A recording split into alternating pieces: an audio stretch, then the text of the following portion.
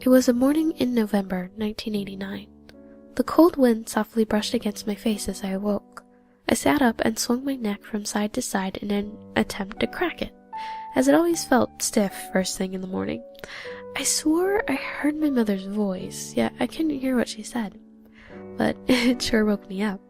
I made my way out of my bedroom, heading to the kitchen where I assumed she'd be, like the beginning of every other day. In the kitchen, my mother was doing the dishes. Nothing out of the ordinary, but things were odd. I couldn't describe it.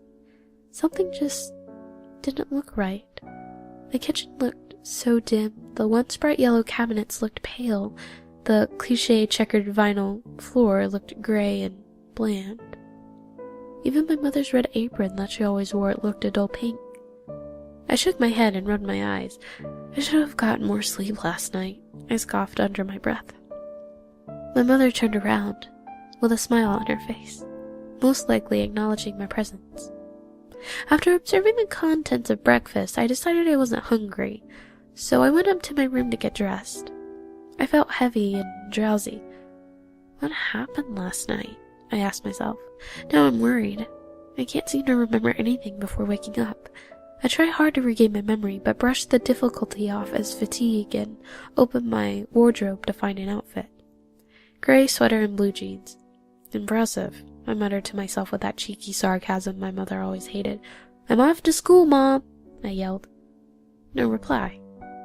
That's odd. My mother didn't give me her usual lecture about staying out of trouble. I headed for the front door. As I'm walking down the street, I spot my friend. Hey, pal, how's it going? My friend ignores me. Hey, what's wrong? He keeps ignoring me. I tapped him on his shoulder, but he swatted his arm as you would when a foreign object comes into contact with. Hey, what's your problem? I yelled, frustrated at today's events. He keeps walking and I'm left standing on the sidewalk, wondering what the hell's going on. I decide to go back home.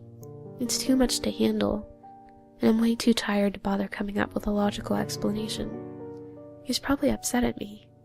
I don't know why, though. Upon entering my home, I hear laughter. It's my mother. I find her in the kitchen, alone in the same spot I'd seen her at breakfast. I approached her near the sink. What I see takes the color right out of my face. The sink is full of blood. My mother's holding a bread knife in her hand. She starts mumbling, I'm sorry. You looked so sweet, sleeping in your bed. I barely make the words out, blood covering her arms and dripping into the sink. Are you okay? What have you done to yourself? It doesn't take me long to realize the blood in the sink isn't hers. I run from my room. I must still be sleeping. Of course there's no explanation. I enter my room, and I see myself in bed, sleeping. I roll myself over. My body turns, but my head doesn't.